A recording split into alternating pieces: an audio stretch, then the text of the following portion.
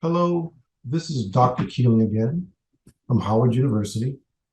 And today we're going to talk about the use of code libraries. In essence, the separation of the code for the methods and data in our classes, implementation as well as the specification of those items from the actual applications that use those classes.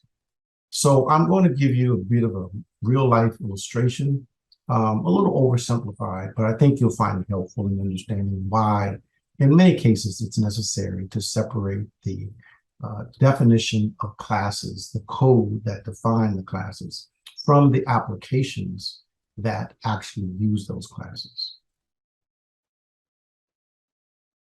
So let's imagine that you are a software developer and you're going to be developing a number of applications to support the operation of a university or an institution of higher learning. So you'd want to develop an application for registration, for billing, and for payment, just to name a few. Now, you'd also, again, want to use a common university database. So in your application code, you'd want to have the definition of classes and the use of objects from a code library. So here is a hypothetical code library illustration. And in this code library, this is the actual library of the actual code for the transcript class, for the course class, for the student class, and for hypothetical student account class. So if this code were to be defined in all of the applications that use these objects from these classes, you would have to repeat this code in a variety of different application programs. So what is done in modern software development is a library is created, and these pieces of code are included in the actual source code using commands or directives in a language that brings in that code into the application software at the time of compilation.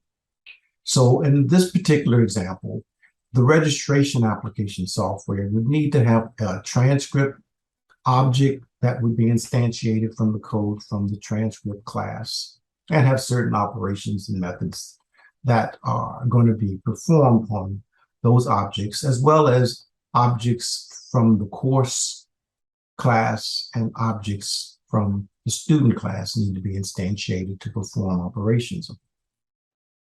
Again, these classes, these objects are shared with other applications as well, like the billing, like the registration application software would need to have access to student objects, and those student objects would be instantiated and populated from the university database to support the billing operation. And then likewise, so with the student account operation need to be updated from billing, as well as the payment application software would have to use the student as well as other applications that would be part of a code library. So you can see here that saving the actual time of copying and pasting into application programs, but also things could change here without truly affecting what is happening in the application software. Methods could be added to these classes, methods could be revised, and additional technology could be used in some of this applications that support these university developers' work.